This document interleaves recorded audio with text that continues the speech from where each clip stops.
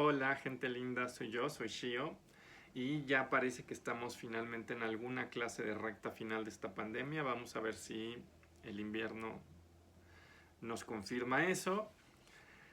Pero bueno, parece que ahí vamos. También ya finalmente octubre va de salida, le quedan unos 11 días, pero aquí estamos. Este video es sobre la filosofía de los videojuegos. Un poco se podrán imaginar el por qué. Hoy me levanté y de repente veo que estamos discutiendo un montón de cosas de videojuegos en redes sociales y digo, ¿what? Pues ¿qué pasó, no? Y veo que en la mañana el presidente comentaba que algunos grupos delincuenciales están usando algunos videojuegos violentos para reclutar a chavitos muy chavitos eh, y que, bueno, que están contactándolos, que están buscando que se unan a estos espacios y que de alguna manera usaban cierto tipo de videojuegos violentos que enaltecen las armas y la cultura de la violencia, porque el perfil de los chicos que estaban ahí quizás era más reclutable. Y esa afirmación desató un debate en las redes sociales aquí en México, que de repente dije, esto parece un capítulo de la ley el orden. Eh, el otro día decía un amigo, amigo y admirado filósofo mexicano y un gran profesor, Axel Barceló, decía que en este país estamos de alguna manera reviviendo las guerras de las ciencias, ¿no? En muchos temas, no solo en este, pero si bien lo de los videojuegos no fue parte de las guerras de las ciencias, sí fue parte de un debate acerca de si los videojuegos violentos inducen a la violencia o inducen a que quienes los juegan tengan personalidades violentas, ¿no? Y pues me pareció que era un buen día para hacer un video sobre filosofía de los videojuegos, porque una de las confesiones más íntimas que tengo no es que yo haya jugado videojuegos toda la vida. Siempre he querido y nunca he tenido el tiempo que he querido en otro mundo, en otra vida. Sí me habría gustado ser una gamer, así, full-time gamer, así como el perfil de Trans in Tech, como se ve en Estados Unidos, ¿no? La típica morra trans, así, con su diadema y todo, y que juega videojuegos y que se dedica a eso. En otra vida que no fue esta, me hubiera gustado hacer eso. De hecho, me interesó mucho el tema de la filosofía de los videojuegos y poca gente lo sabe, pero hubo un punto en donde casi consideré dedicarme a filosofía de los videojuegos, ¿no? Al final no lo hice, en parte porque la realidad mexicana no me permitió, no me permitió eso. Un poco los temas que los trabajo, a veces ni siquiera los escogí, ¿no? O sea, temas como transfeminicidio, pues literal se te arroja en la cara la violencia, ¿no? Y no puedes no pensar en ella. La violencia de la exclusión, de la marginalización, la violencia misógina, LGBT-fóbica, todas esas. Eh, la historia complicada de las ciencias en ese proceso, ¿no? Entonces, en un mundo que no hubiera sido ese, quizás sí me hubiera dedicado a cuestiones de filosofía de los videojuegos, porque sí me gustan. Y de hecho, quería enseñarles este libro, que es un libro que disfruté leer hace muchísimos años, que se llama Los Juegos del Imperio. Fue un libro que disfruté mucho haber leído. Y digo, cuando yo leí este libro ya claramente no iba a dedicarme a la filosofía de los videojuegos, aunque de vez en cuando me entra la espinita, ¿no? Hay veces que me imagino que con todas las violencias que hay en redes digo, ay, y si me reinvento como una gamer que tiene un canal en Twitch sobre juegos, y alguien que se dedique a estudiar videojuegos, como que luego lo veo así como, ay, eso sería más relajado que todo lo que hago. Pero bueno, that's not the point. Estoy divagando. Lo que sí quería comentar es que en vez de meternos en esta reflexión un poco repetitiva de si los juegos o no generan violencia, decirles que de hecho hay un montón de gente que está estudiando videojuegos. A mí me sorprendió hace unos años descubrir que, por ejemplo, en algunas universidades alemanas, un cuarto de los estudiantes doctorales de los departamentos de estudios sobre medios o de estudios sobre tecnología estaban estudiando videojuegos. Un cuarto. Es un montón de gente. Y con un montón de presupuesto. O sea, literalmente a nadie le parecía raro que las personas en cuestión dedicaran una cantidad de horas al día a jugar videojuegos como parte de su investigación. Y eso le parecía totalmente normal a sus asesores de tesis y todo, ¿no? Cuando me enteré de eso sí me sorprendió porque me di cuenta que en México se ve mal estudiar a los videojuegos. Es algo que la gente ve como si fuera poco serio, poco académico, poco profesional. Y tiene costos, porque el costo es que nadie está estudiando la complejidad de lo que pasa allá adentro. Y entonces tenemos discusiones donde todo el mundo está hablando. Pues vaya, no es que lo haga sin elementos, pero creo que la discusión da para mucho más, ¿no? Entonces, pues eso sí lo eché de menos hoy en la mañana, en toda esta discusión sobre videojuegos de parte de prácticamente todo el mundo, que en nuestro país no nos hemos dado el tiempo de estudiar ciertas dinámicas que involucren a la tecnología, pero que la involucran en espacios lúdicos y que por tanto no se consideran un tema serio de investigación. Y yo creo que eso es un error absoluto que tendría que cambiar, ¿no? Pero bueno, justo lo que les quería comentar es que cuando yo vi que eso sí existía, me entusiasmó y con un colega incluso durante un tiempo estuvimos leyendo cosas de filosofía de los videojuegos y cosas así.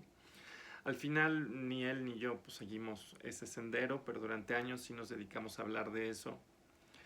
Y por ejemplo este libro que les enseñaba de los Juegos del Imperio es un libro bien interesante, alguna vez lo usé en una clase, porque es una lectura marxista de los videojuegos, pero no es se centra sobre todo, por ejemplo, en la manera en que se producen los videojuegos, no tanto en los contenidos y en eso. Al llamarse los Juegos del Imperio, ahí hay un guiño a la noción de imperio de Negri Hart. Y el libro me fascinó porque yo nunca había visto que se pudiera hacer eso con algo aparentemente tan cotidiano. Porque, por ejemplo, en ese libro es donde yo me encontré por primera vez el concepto del ludocapitalismo, la idea de que el capitalismo está reclutando nuestro tiempo libre y los espacios de entretenimiento para capitalizar y mercantilizar lo que hacemos en nuestros espacios de entretenimiento. No creo que ahora eso la gente lo sabe en redes sociales, porque sabe que, por ejemplo, redes sociales como Facebook, donde la gente está en principio en su tiempo libre y no trabajando, le permiten a Facebook crear todo un perfil de los consumidores que luego puede vender. Es decir, de alguna manera haces una suerte de trabajo involuntario en tu tiempo libre,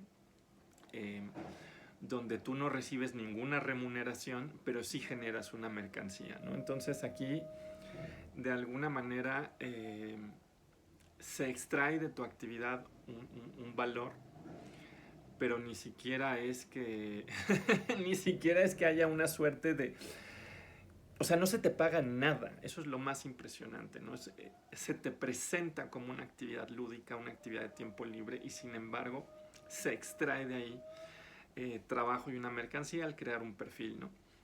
Y los autores que hacen este libro hablan un poco de que el ludocapitalismo un poco también opera en cuestiones como los videojuegos y hablan, por ejemplo, de cómo toda la industria de los videojuegos y todas estas industrias de alta tecnología tienen un cognitariado. Dicen, ya no se puede hablar solamente de un proletariado, dice, sino que es un sector muy especializado de gente que, por ejemplo, tiene doctorados en diseño, maestrías en programación, y es todo un sector muy especializado, pero que también de alguna manera está muy vulnerado, donde se genera un tipo de trabajo basado en la labor cognitiva de estas personas que producen una labor cognitiva muerta en el videojuego, ¿no? Y eso es un poco la manera en la que toman herramientas marxistas, por ejemplo, para empezar a hablar de los contextos de producción de los videojuegos y mostrar cómo la industria de los videojuegos de alguna manera se puede pensar con categorías marxistas, mostrando cómo hay un trabajo cognitivo muerto, un cognitariado, cómo hay una serie de dinámicas de explotación sobre trabajadores, pero también sobre los propios usuarios.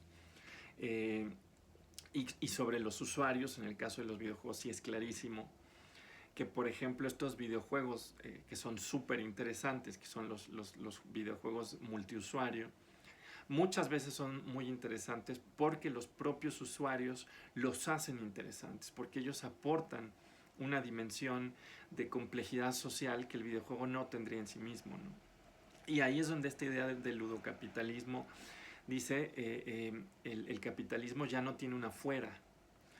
De ahí la idea de imperio de Negrijar, dice, porque ha rebasado los confines de lo que se nombra trabajo, y ha reclutado espacios, que además eran espacios de entretenimiento, y los ha apropiado como otras formas de trabajo, ¿no? Y simplemente decía yo que aquí ni siquiera es que se apropien de una parte de ese trabajo, se lo apropian todo. Y eso lo mencionan, ¿no? O sea, aquí hay una doble aportación del trabajo que se reconoce como tal y del que no se reconoce como tal.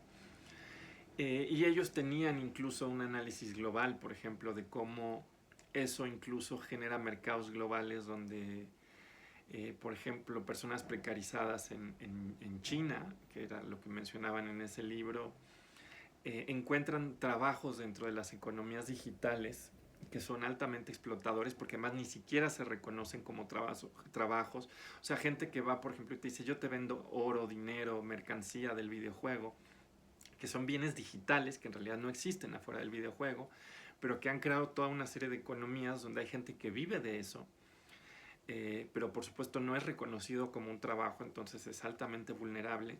Y en China además parece que hay gente que contrata a muchos chavitos precarizados y los explota así, ¿no?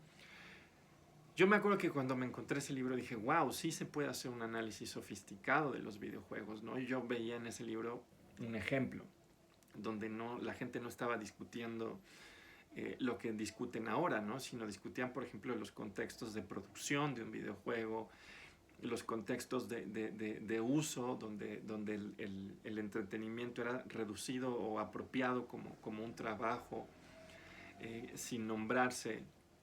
Y había una serie de reflexiones muy interesantes, por ejemplo, también de cómo esta es una idea vieja de la sociología del siglo XX, de cómo en los espacios de entretenimiento la ideología se presenta como entretenimiento, ¿no? Todo esto lo digo porque lo único que quería decir es sí hay un montón de producción teórica, sociológica, filosófica sobre videojuegos, y luego sí se echa de menos en esta discusión pública porque mucha gente empieza a decir es que los videojuegos generan violencia, ¿no? O gente que dice los videojuegos no generan violencia, ¿no? Y en realidad aquí es donde hay una premisa de arranque que es que se está suponiendo de nuevo que las tecnologías son una entidad en sí misma que existe más allá de las prácticas sociales, dentro de las cuales se articulan como una tecnología de entretenimiento, una tecnología de lo que sea, ¿no? Y se quiere hacer una especie de juicio como si fueran un objeto desconectado de todo eso, ¿no? Y es triste, porque en realidad alguien podría decir, bueno, a ver, hay un montón de gente que juega videojuegos hiperviolentos en países donde, sin embargo, estos no generan violencia. Lo cual quiere decir que el videojuego, a pesar de que puedes decir que tiene una serie de contenidos que quizás muestran de manera velada una ideología que enaltece las armas, sin embargo hay contextos donde los usuarios sí reconocen que hay una distinción entre el contexto del videojuego y el contexto, digamos, de su vida cotidiana. Y entonces la pregunta es ¿por qué? Porque hay contextos donde se juegan muchos videojuegos, contextos nacionales o en otros países donde se juegan muchísimo los videojuegos, y sin embargo esto no se traduce en que la gente confunda el contexto del videojuego con su contexto cotidiano. Y esa, por ejemplo, es una pregunta interesante. Y yo lo que creo es que ahí la respuesta no está ya en el videojuego, sino está en el contexto, ¿no? O sea, lo que dice el presidente es que estos videojuegos enaltecen la violencia. En realidad es una parte de la historia, pero es una parte muy pequeña, porque tendríamos que decir, si es posible quizás que alguien dé ese paso del contexto del videojuego al contexto general quizás de decidir unirse a un grupo violento, también es porque hay toda una práctica social dentro de la cual está inmerso esta persona que juega este videojuego, donde estos valores están socialmente disponibles, donde es posible hacer una extrapolación del contexto del videojuego a el contexto quizás cotidiano, ¿no? Y ahí siempre pienso en el trabajo de Sayak Violencia. Pobre Sayak, me va a odiar si oye este video. Una disculpa, querida Sayak. Lo que quería decir de Sayak Valencia es que ella tiene toda esta reflexión de la violencia y los sujetos endriagos. Y yo lo que creo es que más bien, si los videojuegos violentos en México pueden ser usados para reclutar, porque quienes están jugando los están enalteciendo eso y luego dan el salto del contexto del videojuego a otro contexto, eso no es por el videojuego en sí, es por todo el contexto de lectura, toda la práctica social, ¿no? Entonces, lo digo porque luego hay una lectura muy mecánica donde se dice que lo que se consume visualmente o lo que se consume como entretenimiento de alguna manera es una suerte de pedagogía de cómo se actúa. Y yo creo que esa tesis es una tesis muy simplista. La tesis de que lo que se ve nos da una suerte de instrucción sobre cómo actuar. Supone que los consumidores o las personas que de alguna manera se acercan a estos espacios no logran distinguir los distintos contextos donde se están encontrando un producto cultural y que no logran distinguir entre ese producto cultural y su propio contexto cotidiano. Y yo creo que esto de alguna manera le resta sofisticación a muchos usuarios. Yo creo que la gente en realidad es mucho más sofisticada y reconoce los distintos contextos. Por eso hay países donde puedes generar una industria de videojuegos, la gente juega un montón y la gente, sin embargo, no sale y se mata en la calle. Y países donde la gente, pues sí se mata en la calle, ¿no? Y creo que la respuesta no está en el videojuego, a pesar de que yo podría reconocer que los videojuegos tienen hasta cierto punto una ideología velada que aparece como entretenimiento y que naturaliza, por ejemplo, distintas cosas. Creo, sin embargo, que los usuarios son lo suficientemente sofisticados cognitivamente para distinguir muchas veces el contexto del videojuego del contexto, digamos, cotidiano. Y que allí donde se ve una cierta exportabilidad de los contextos, ahí lo que tenemos que mirar ya no es al videojuego, sino es el tipo de contextos sociales dentro de los cuales se le está jugando, ¿no? O sea, sí puedo creer lo que dice el presidente. Cuando el presidente dice, pues sí hay grupos delincuenciales que usan este espacio para reclutar chavitos. Desafortunadamente lo creo, pero yo, o sea, sí creo que si eso pasa, tenemos que mirar la cultura de violencia que se ha creado, que enaltece eso, ¿no? Y que eso es una parte fundamental de cómo algunas personas se aproximan ya desde esa mirada a los videojuegos, no al revés, ¿no? Pero bueno, pues nada, este es mi video de esta semana sobre los juegos del imperio, y hay un montón de cosas allá adentro que algún día será, si la vida es generosa y algún día el mundo es más bonito, quizás sería lindo dedicarse a estudiar toda la complejidad de lo que es algo como los videojuegos, ¿no? Que me queda, creo que es algo muy generacional, ¿no? Hay sí millennials y centennials. Creo que tenemos una relación con los videojuegos que no tienen otras generaciones, ¿no? Ahí había gente que decía, bueno, es que estas son las generaciones donde ya todo el mundo es alguna modalidad de gamer. Aunque sea un gamer de Farmville, que se van a escandalizar los gamers de tiempo completo por eso. Pero bueno, pues nada, nos vemos en una semana. Bye bye.